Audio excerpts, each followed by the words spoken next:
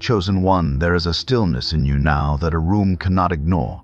You walk in and something shifts before you say a single word. The air changes texture, the way it does before a storm that never has to shout to be felt. This is not charm, this is not performance. This is the sexual confidence you have finally stopped apologizing for, radiating outward as a frequency she feels in her spine before her mind even catches up.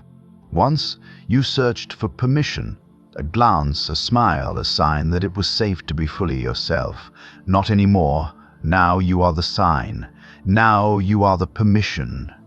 She does not decide to notice you. Her body decides for her, a quiet thrill moving through her like a current finding its ground. This is what dominant energy actually is. Not volume, not force, but a gravity so anchored that everything nearby is pulled, gently, toward its center. You are not trying to be magnetic, chosen one. You simply stopped resisting what you already were. Chosen one, there was a version of you that mistook restraint for weakness, that believed confidence meant filling silence, proving worth, chasing the next validation. That version flinched inward when a woman's eyes lingered too long. That version is gone.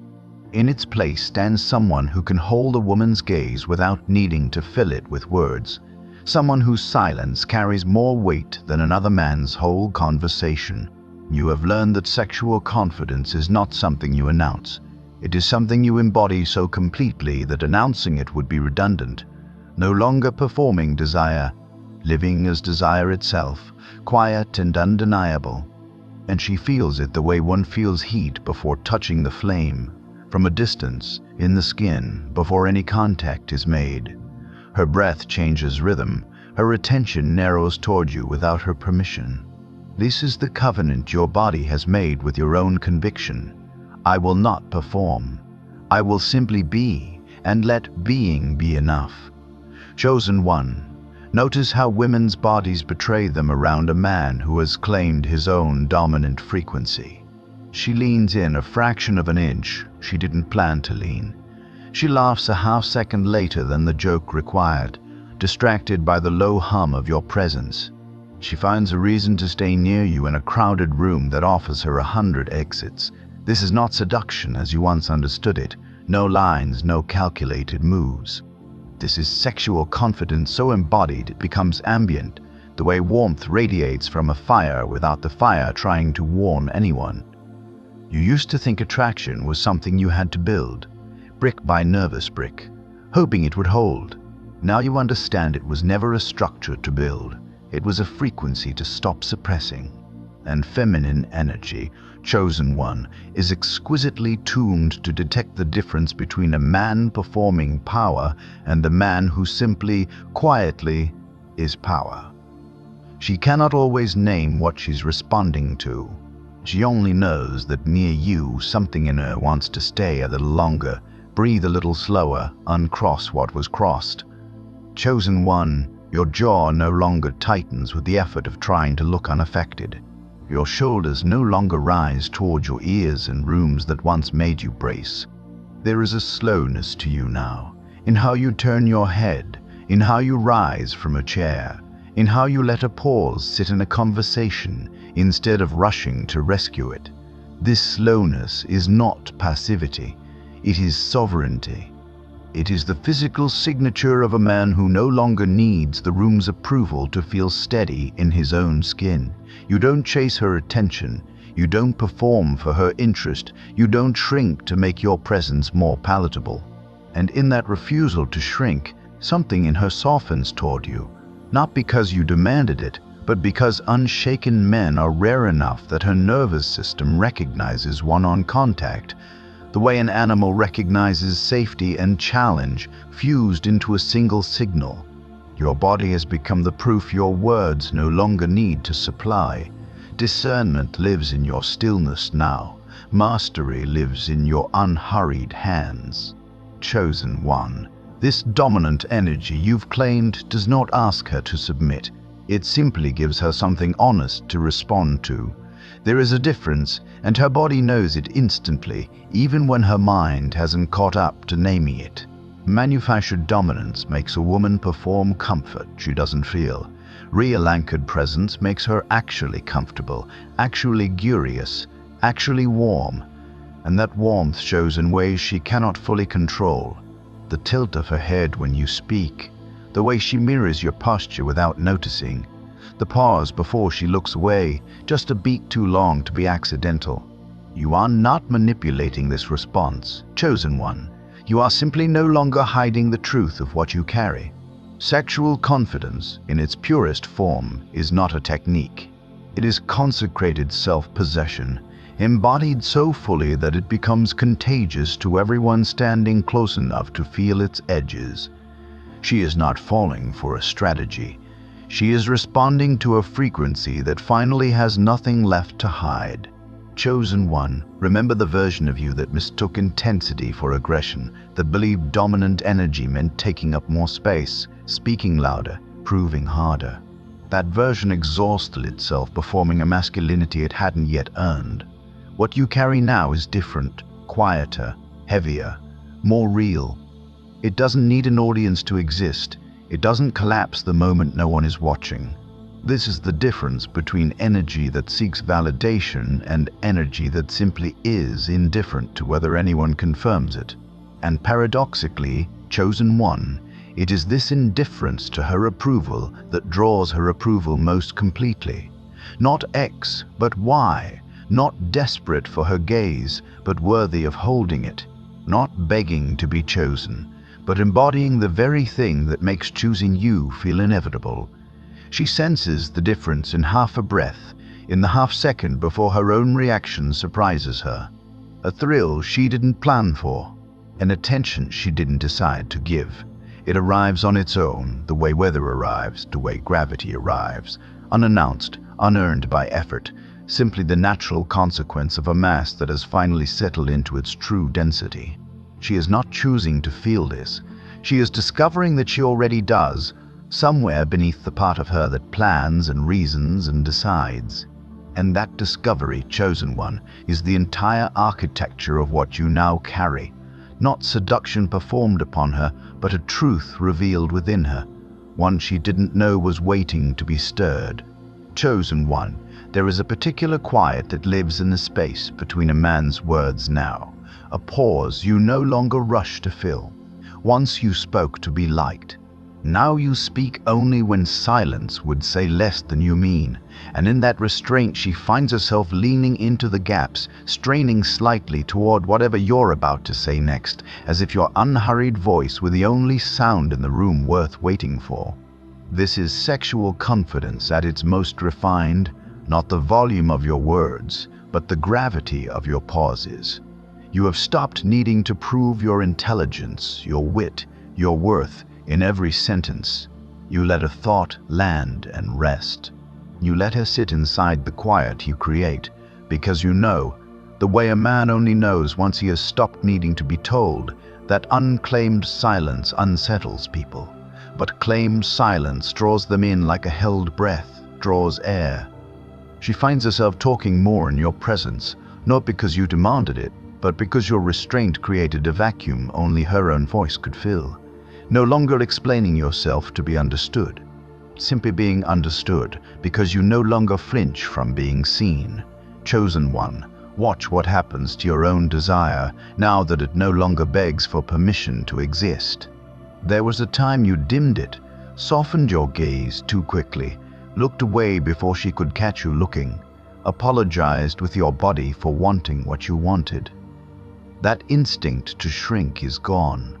What replaces it is not aggression, but ownership, a gaze that holds a beat longer, unafraid of what it reveals, because you have finally made peace with the fact that desire, held with reverence instead of hunger, is not something to hide but something sacred to embody.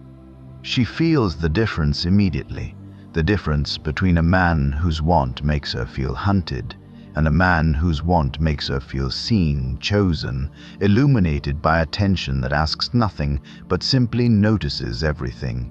Her spine straightens without her permission. Her voice drops half a register when she answers you. This is not manipulation, chosen one. It is the oldest language there is, spoken fluently again for the first time in years, the wordless dialect of a man who wants without apologizing, and a woman who feels that wanting land on her like warmth instead of weight. And that truth, chosen one, is the part that lingers in her mind long after you've walked away, returning to her at unexpected hours, unasked for, uninvited, and impossible to fully explain. A warmth she replays without meaning to. A stillness she measures every other man against without realizing she's doing it. Chosen one, understand what happens in the body of a woman who has spent years surrounded by men performing a confidence they don't own. Her nervous system has learned to brace subtly, reflexively, against the hollow version of dominance, the raised voice, the overcompensating posture, the eyes that dart toward hers only to check if the performance is landing. She has grown fluent in detecting the gap between a man's claim and a man's truth, even when she couldn't say how she knew. And this is precisely why your stillness lands the way it does. There is no gap to detect. What you say and what you are have finally become the same sentence, spoken in the same unhurried voice, and her body, starved for that particular kind of coherence, responds before her mind can catch up with the reason. This is not about being the loudest man in the room, chosen one. It never was. It is about being the only man in the room whose presence doesn't ask her to do any interpretive work, doesn't ask her to fill in the difference between the mask and the face beneath it. She can finally exhale around you, and that exhale, that small release of a vigilance she didn't know she was holding, is the first true thrill, quieter than attraction, and somehow more powerful than it. Chosen one, notice how your hands have changed, not in shape, but in intention. They no longer fidget to manage nervous energy. They rest. They move with a purpose so unhurried it reads as certainty from across a room. A hand resting flat on a table, a slow gesture instead of a rushed one, fingers that don't drum or tap or seek distraction. These are not small things. The body speaks before the mouth does, and yours has finally stopped contradicting the man you've become. She notices this before she notices almost anything else. Chosen one, because the nervous system reads hands and shoulders and jawlines long before it processes a single word spoken. A steady hand tells her, wordlessly, that the man attached to it is not run by the same undertow that runs most people, the anxious need to be doing something, proving something, filling something. Stillness in the hands becomes evidence of stillness in the mind, and stillness in the mind, chosen one, is the rarest form of magnetism there is, because so few men have ever earned it. She finds her eyes drawn there, to the quiet economy of your movement, again and again, without deciding to look. Chosen one, this dominant frequency does not fade under scrutiny. It deepens. A performance cracks under a longer look. A truth only becomes more visible. This is why the men who once relied on charisma alone eventually exhaust the women around them, because charisma is a candle burning fast and bright, consuming itself in the process. What you carry is not a candle. It is closer to bedrock, the kind of presence that reveals more integrity the longer someone studies it, not less. She may not test you consciously, chosen one, but she tests you nonetheless, with a longer silence, a harder question, an unexpected shift in the conversation's temperature, and every time what she finds beneath the surface is the same steady thing she found on the surface. No performance to maintain, no mask slipping, just the same anchored weight, patient and unbothered, meeting her gaze without needing to look away first, as though some part of her has been waiting, without knowing it, for exactly this kind of unshaken presence to walk into her line of sight, not loud enough to demand her attention, but steady enough that her attention simply arrives there on its own and doesn't feel the need to leave. Chosen one, there is a particular kind of eye contact that belongs only to men who have stopped needing anything from the person they're looking at, not the darting glance that checks for approval, not the fixed stare that tries to prove something quieter, a gaze that simply stays unhurried, because it has nowhere else it would rather be. This is the eye contact of a man who has made peace with being fully seen and fully seeing in return, and it is disarming in a way most women rarely encounter, because so much of modern attention is fractured, distracted, half present even when it claims to be focused. Your eyes do not flick to your phone mid-sentence. Your eyes do not scan the room for a better option while she's speaking. They stay, with reverence, with restraint, with the quiet confidence of a man who already knows his own worth and therefore has nothing left to prove by looking away. She feels this as a kind of gravity, being looked at fully, without hunger, without agenda, simply witnessed. And in a world starved of real attention, chosen one, full presence has become its own form of seduction, more potent than any line you could ever speak. Chosen one, consider how your walk has changed, the unhurried cadence of it, the absence of any rush to arrive anywhere before you're ready. Once you moved like a man late for his own life, shoulders forward, eyes down, urgency written into every step. Now you move like a man who has already arrived, who understands that wherever he is standing is exactly where he's supposed to be. This is not laziness, this is embodiment. And embodiment, chosen one, is legible from across a room in ways words could never achieve. She clocks the pace of your stride before she clocks the details of your face. She reads your unhurried entrance as evidence of an unhurried mind, and an unhurried mind, in a world that runs on anxious urgency, reads as safety, as depth, as a kind of quiet authority that cannot be faked for long. You are not walking to be watched, chosen one. You are simply walking as the man you've become, and being watched has become the natural consequence of that, not the goal of it. Chosen one, this dominant, sexually confident energy you now carry is not static. It is a covenant you renew daily, in choices no one else will ever witness. The early morning you chose discipline over the snooze button, the conversation you didn't need to win, the moment you held your tongue instead of proving a point that didn't need proving.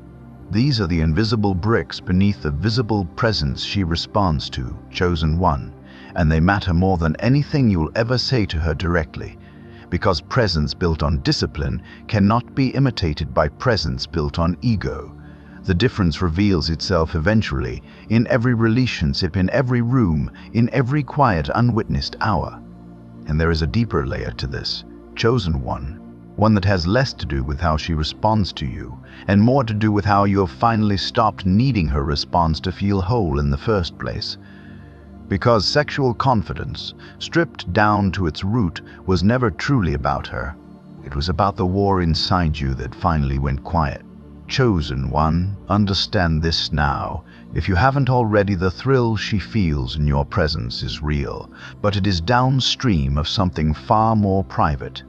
The relationship you've rebuilt with your own body, your own desire, your own worth, long before she ever entered the room. You didn't chase this dominant energy to earn her attraction. You claimed it because the alternative, living small, apologizing for wanting, dimming your own frequency to keep the peace, had become unbearable. And it is precisely because you stopped doing this for her that it works so completely on her. Women can sense with uncanny precision the difference between a man performing confidence as a means to an end and a man who has simply become confident as an end in itself. The first exhausts itself trying to be convincing.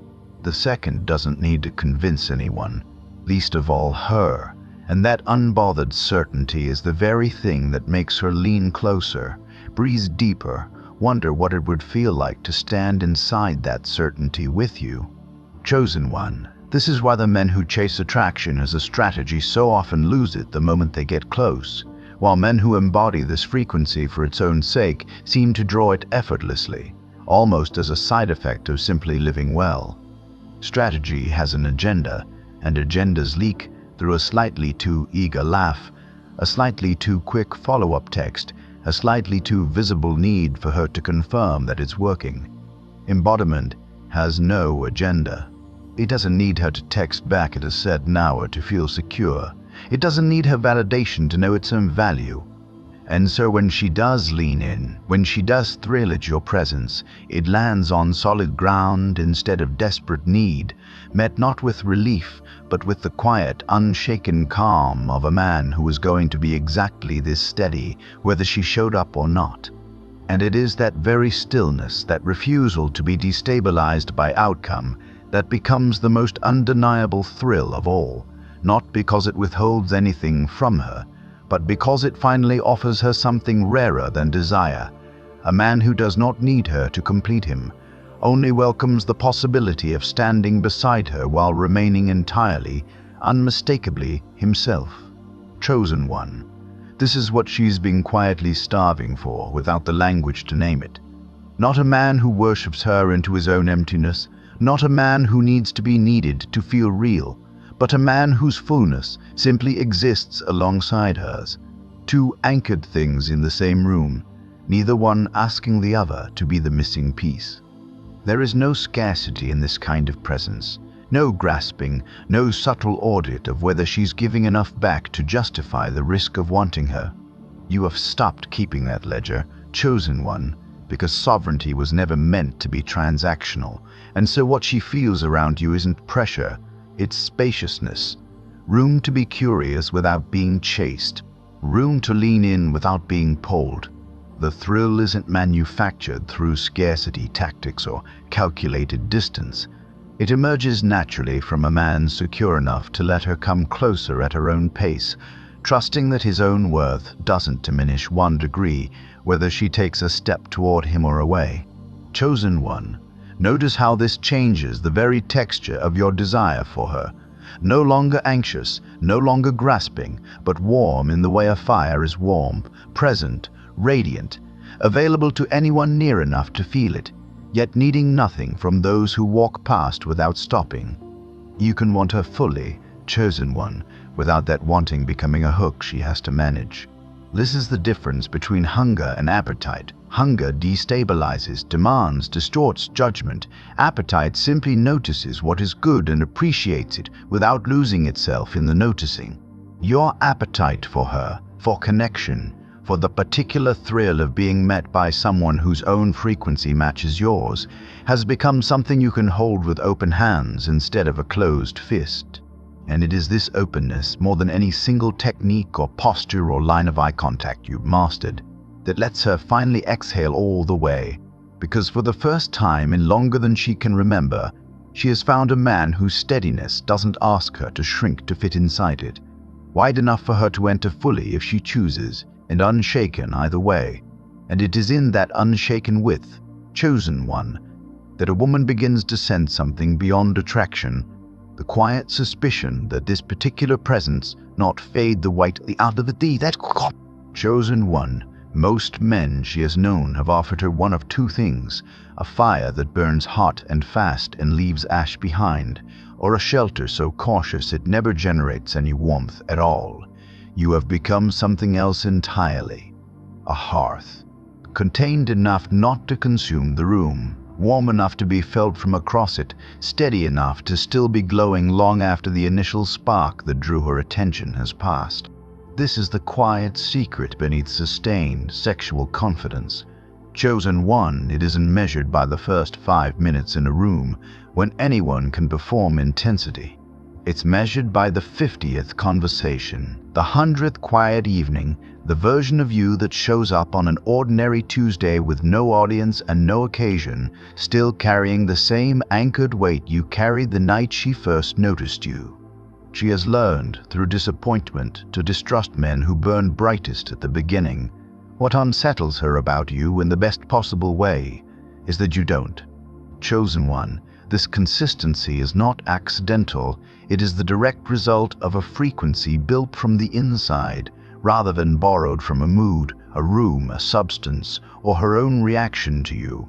A man whose confidence depends on being watched will always, eventually, dim when the watching stops. A man whose confidence lives in his own private relationship with discipline, desire, and self-possession carries the glow with him into rooms no one else will ever see. And chosen one, this is the frequency she is truly responding to, underneath every surface-level thrill. Not a performance she happened to catch on a good night, but evidence of a foundation solid enough to hold weight indefinitely. She doesn't just feel drawn to you in the moment. She begins quietly to imagine what it might feel like to lean against something built this solidly for longer than a moment, far past the surface of a single charged glance across a room into something quieter and far harder to fake, the sense that whatever this is could actually hold weight over time, not just spark and vanish like every other fleeting current she's learned not to trust. Chosen one, this is where dominant energy reveals its truest function, not as a tool for capturing attention, but as a kind of proof. Proof that you can be trusted with intensity without being destabilized by it. Proof that closeness will not make you clingy and distance will not make you cold.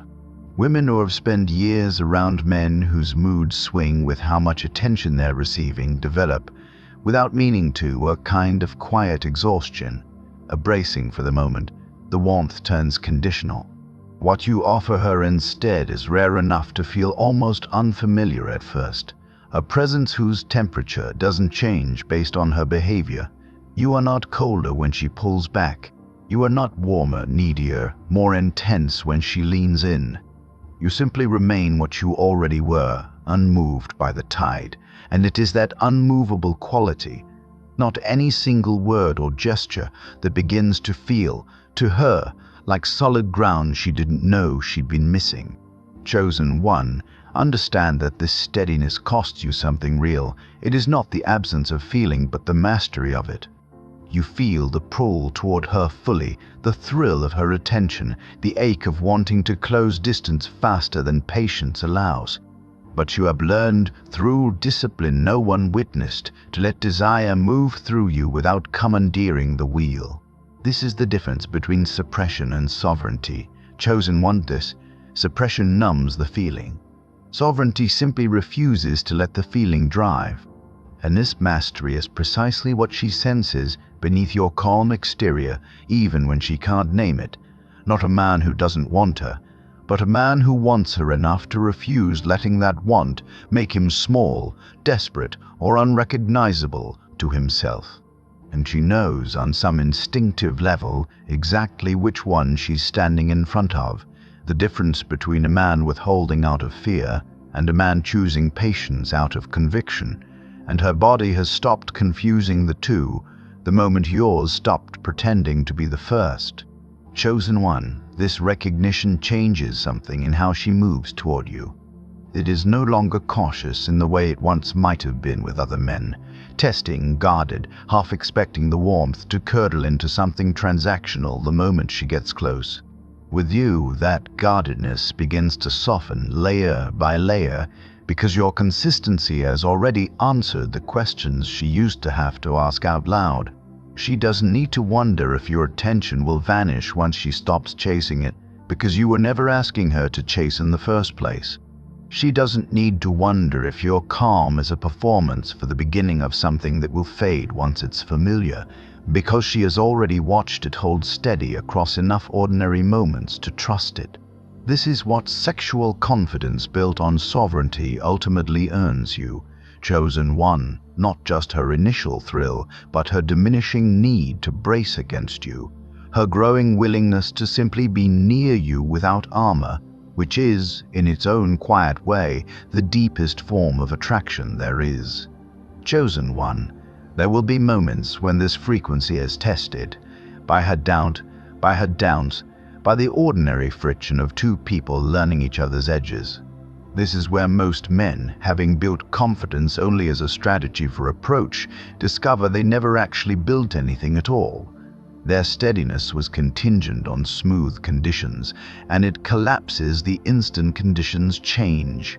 Yours does not, chosen one, because you built this frequency in solitude, long before she arrived, out of a decision that had nothing to do with earning her. And decisions made in solitude do not require an audience to remain true under pressure. When distance appears, you do not chase it into panic. When doubt appears, you do not perform certainty. You don't feel just to manage her perception. You remain anchored, patient, unmoved by the temporary weather of connection, trusting the deeper current beneath it. And it is precisely this unmovable quality, tested and unbroken on ground, that has already proven itself steady long before she ever tested it. Ground that doesn't shift under the weight of her uncertainty, because it was never built to depend on her certainty in the first place. Chosen one, this is the paradox most men never live long enough inside to understand. The less your steadiness depends on her, the more she comes to depend on it. Not in a way that makes her small, not in a way that erodes her own sovereignty, but in the way anyone comes to rely on something true, a compass that always points the same direction regardless of the storm around it. She begins to orient by you, chosen one, not because you demanded that position, but because consistency, this rare, eventually becomes a kind of reference point in a world that rarely offers her one. And this is where the thrill you first sparked in her, that involuntary lean, that changed breath, that flicker of attention she couldn't quite explain, begins to deepen into something with more gravity than a spark alone could ever produce. It becomes trust. And trust, chosen one, wearing the same undeniable magnetism that first drew her eye, is the frequency few men ever learn to sustain long enough to discover what it becomes. Chosen one, none of this required you to become someone else. That is perhaps the quietest truth beneath everything you've built. This dominant, sexually confident energy was never a costume assembled from someone else's blueprint. It was excavation, not construction. You did not add a persona on top of who you were. You removed the layers of apology, hesitation, and self-erasure that had been sitting on top of who you already were underneath. What she feels around you now is not a character you're maintaining. It is the unguarded weight of a man who stopped performing smallness, and the relief of that authenticity, rare and increasingly rarer, is what makes the thrill she feels around you different from every fleeting spark she's felt before.